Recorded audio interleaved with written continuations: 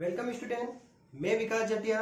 आज मैं आपको कक्षा 10 अध्याय 1 प्रश्नावली 1.3 का क्वेश्चन नंबर तीसरे का पहला आज मैं आपको सिखाऊंगा। क्वेश्चन नंबर तीसरे का पहला सीखने से पहले उससे पहले हम एक सवाल और सीखेंगे √2 वाला, क्योंकि हमारे पास में तीसरे के पहले में जो सवाल है वह 1/√2 है और 1/√2 जो सवाल है वो थोड़ा सा डिफरेंस है, ज्यादा कुछ डिफरेंस नहीं है। मैं आपको समझाऊंगा तो आपको समझ में आ जाएगा। ये सवाल करने से पहले मैंने आपको एक सवाल √2 वाला करवाया। यहाँ पर मैंने यहाँ पर पहले से ही कर दिया है कि हमारी समय की थोड़ी बचत हो। हमें सवाल 1/√2 वाला करना है, लेकिन जब तक हमें √2 वाला सवाल समझ में नहीं आएगा तो हमें 1/√2 वाला सवाल समझ में नहीं आएगा। √2 वाला सवाल उसी प्रकार से जिस प्रकार से मैंने √5 वाला सवाल करा था, सेम टू सेम प्रोसेस वही है, बस √5 की जगह √2 आ चुका है। उसके हिसाब से सवाल को मैंने हल करा है। बाकी जितने भी मैंने यहाँ लिखा है बिल्कुल √5 वाला और √2 वाले में बिल्कुल सेम मिलेगा। मैं एक बार आपको √2 वाला सवाल फिर से समझा देता हूँ, फिर उसके बाद में मैं 1/√2 वाला सवाल आपको करूंगा, देखिएगा। ठीक है, चालू करें। अभी मैं क्वेश्चन नंबर तीसरे का पहला मैं अभी आपको यहाँ करूंगा। अभी मैंने पहले से ही √2 वाला सवाल यहाँ पर मैंने कर दिया है। देखिए, √2 एक अपरिमेय संख्या है। ठीक है, क्वेश्चन में लिखा हुआ कि √2 एक अपरिमेय संख्या, लेकिन हमें अपरिमेय नहीं मानना और हमें क्या मानना है, परिमेय मानना। जैसे कि √2 एक परिमेय संख्या है और जैसा कि आप जानते हो कि परिमेय संख्या को हम p/q के रूप में लिख सकते हैं, तो मैंने √2 को p/q के रूप में लिखा। और p और q एक सहअभाज्य पूर्णांक है और जहां q बराबर 0 नहीं होना चाहिए, सब मैं आपको सिखा चुका हूं पहले। अब इसमें इस वाले पार्ट में दोनों पक्षों में मैंने वर्ग करा। वर्ग करने पर जैसे ही मैंने दोनों पक्षों में वर्ग करा तो यहाँ पर मैंने दोनों को ब्रैकेट में बंद करके घात 2 लगे और √2 को 2 बार लिख के गुणा करा तो यहाँ पर 2 आया और यहाँ पर दोनों के ऊपर घात गई तो p² और q² आया। अब यह q² बटे में था तो गुणे में आ गया है, तो 2q² बराबर p² और यहाँ पर 2 गुणे में था तो मैंने बटे में भेज दिया, तो q² बराबर p²/2। अब p² के बटे में 2 है तो हमने यहाँ पर लिखेंगे कि p² 2 से विभाज्य है, बटे में 2 है तो 2 से विभाज्य होगा। अगर p² 2 से विभाज्य है तो pb क्या होगा, 2 से विभाज्य होगा। p का एक गुणनखंड 2 है, जैसे कि मैंने आपको बताया था, जिसमें हमें सवाल दे रखे √5 √7, वही हमें p बराबर एक गुणनखंड मानना है। जैसे मैंने √5 वाले में करवाया था, वहां पर मैंने p का गुणनखंड 5 लिया था। 5 क्यों लिया था वहां पर मैंने, क्योंकि वहां पर सवाल √5 में चल रहा था। यहाँ पर p एक गुणनखंड 2 है, तो यहाँ पर मैं 2 इसलिए ले रहा हूँ क्योंकि सवाल मेरा √2 में चल रहा है। फिर जहां p बराबर 2c माना था हमने, वो भी समझाया था मैंने वहां पर √5 में p बराबर 2c है। अब p का मान हम समीकरण 1 में रखेंगे। यहाँ समीकरण 1 है, p का मान समीकरण 1 को मैंने दोबारा यहाँ पर लिखी और यहाँ पर p का मान यहाँ पर मैंने रख दिया। p का मान क्या हमारे पास में 2c, 2q² अपनी जगह पर ही है, p की जगह 2c रखा, ब्रैकेट में बंद करके पूरे की घात 2 रखी। अब यह ब्रैकेट के अंदर है तो दोनों के ऊपर घात जाएगी, 2 के ऊपर भी गई, c के ऊपर भी गई, 2q² अपनी जगह पे है ही सही, और 2 को 2 बार लिख के गुणा करा तो 4c²। अब यहाँ पर हमें c² का मान निकालना है, क्योंकि एक बार हम q² का मान निकाल चुके हैं, दोबारा हम q² का मान नहीं निकालेंगे। अब हम c² का मान निकालेंगे, तो ये 4 को बटे में भेज देंगे, 2 से 4 कट जाएगा तो यहाँ पर 2 आएगा, तो q² के बटे में क्या आया 2, तो c² का मान आया q²/2। इसको समीकरण हमने 2 दी। यहाँ पर q² को 2 विभाज्य कर रहा, तो हमने यहाँ पर लिखा q² 2 से विभाज्य है। अगर q² 2 से विभाज्य तो q भी 2 से विभाज्य होगा।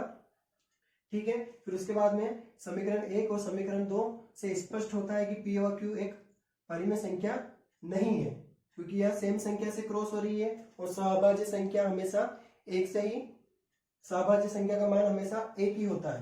तो p/q एक अपरिमेय संख्या नहीं है, तब √2 एक अपरिमेय संख्या है। हमें यही सिद्ध करना था। ये तो मैंने आपको एक उदाहरण समझाया, कि इसलिए समझाया क्योंकि मुझे 1/√2 वाला सवाल आपको समझाना है। अब मैं 1/√2 वाला सवाल आपको समझाता हूँ, देखिएगा। यहाँ से वही प्रोसेस होगी, माना 1/√2 एक परिमेय संख्या है। अगर यह परिमेय संख्या है तो इसको हम P बटा Q के रूप में लिखेंगे, और P जहां पर P व Q क्या है, P और Q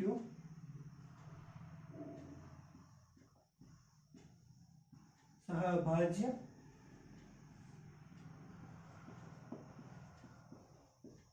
संख्या है, Q बराबर 0 नहीं है। ठीक है। अब हम यहां पर दोनों पक्षों में वर्ग करेंगे।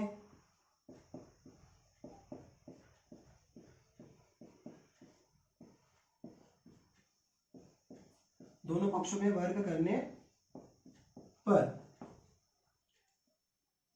1/√2 P बटा Q, दोनों के ऊपर मैंने वर्ग लिख दिया है। ठीक है। अब दोनों को, अगर यहाँ पर ब्रैकेट के अंदर दो संख्या है, ब्रैकेट के अंदर भी कोई दो संख्या, तो घात दोनों के ऊपर जाएगी, एक के ऊपर भी जाएगी और √2 के ऊपर भी जाएगी। यहाँ पर भी ऐसे ही होगा, P² और Q²।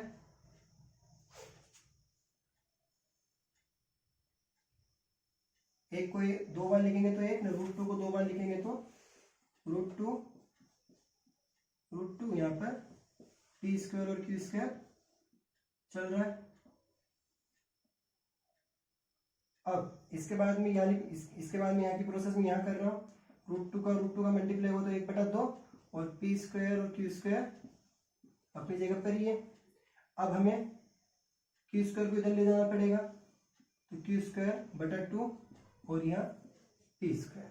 देखिए, मैंने ये दोनों सवाल इसलिए एक साथ करे हैं कि यहाँ पर अगर हम √2 ले रहे हैं और उसका वर्ग कर रहे हैं, तो यहाँ जो 2 है यह P² के बटे में आ रहा है, लेकिन 1/√2 वाला जो सवाल है वह स्टार्टिंग में Q² के बटे में आ रहा है। इसलिए मैंने आपको यहाँ पर ये दोनों सवाल करवाए हैं। बस इन दोनों में डिफरेंस यही है कि यहाँ पर ये पहले P² के बटे में आएगा और 1/√2 में यह पहले Q² के बटे में आएगा। सवाल बिल्कुल सेम रहेगा, जैसी प्रोसेस हम कर रहे हैं वैसी करेंगे, लेकिन बस यहाँ पर P² पहले आएगा और यहाँ पर Q² पहले आएगा, क्योंकि यहाँ पर 1/√2 और यहाँ पर सिर्फ √2 है। तो यहाँ पर हम क्या लिखेंगे कि Q² 2 से विभाज्य है। अगर Q² 2 से विभाज्य है तो QB 2 से विभाज्य होंगे। ठीक है। अगर ये Q 2 से विभाज्य है तो Q² का एक गुणनखंड Q का एक गुणनखंड 2 है, तो Q का जो मान है वह 2C है। 2C क्यों है? क्योंकि सवाल 1/√2 में, अगर √5 में होता तो 5C होता। Q का मान हम समीकरण 1 में रखेंगे। समीकरण 1 इसको मानेंगे हम, Q का मान समीकरण 1 में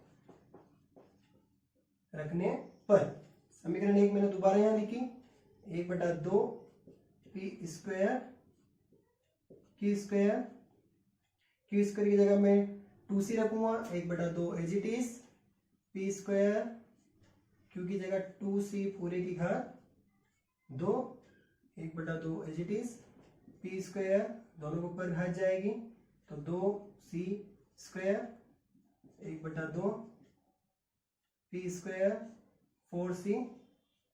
अब 4C² को हम इधर लेके आ जाएंगे और बटे में 2 चल ही रहा है, P² एज इट इज, यह दोनों क्रॉस हो गए, 2C² और P²।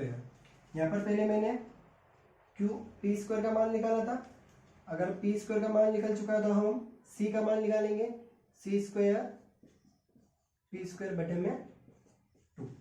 देखिए, यहाँ पर पहले Q के बटे में 2 था और यहाँ पर पहले P के बटे में 2 था, और बाद में इसमें यहाँ पर यहाँ Q के बटे में 2 है और यहाँ पर P के बटे में 2 है, मतलब दोनों में डिफरेंस ही है। ठीक है, पहले यहाँ पर P आएगा फिर Q आएगा, इसमें पहले Q आएगा और इसमें पहले बाद में P आएगा। तो यहाँ पर हम लिखेंगे जहां P स्क्वायर 2 से विभाज्य है, अगर P स्क्वायर 2 से विभाज्य है तो P भी 2 से विभाज्य होगा। ठीक है, अब इस सवाल के लिए हमें ये वाली परिभाषा दोबारा लिखनी है, तो हम इस सवाल के लिए यही परिभाषा मान्य करेंगे, बस यहाँ पर 1/√2 आ जाएगा। ठीक है, समझ में आ गया आपको। इसके बाद में आपको दोबारा यहाँ से ये लिखना है और यहाँ पर √2 की जगह 1/√2 लिखना है। ये हमारा 1.3 के लास्ट क्वेश्चन थे। बाकी जितने भी शेष क्वेश्चन बच रहे हैं वो आपको स्वयं करना है, क्योंकि जब तक आप प्रैक्टिस नहीं करोगे तो आपका इसका आप ये सवाल नहीं कर सकते हो। ठीक है, अभ्यास करें, अच्छे से करें, और कुछ परेशानी हो तो मुझे आप कमेंट बॉक्स में लिखें। धन्यवाद।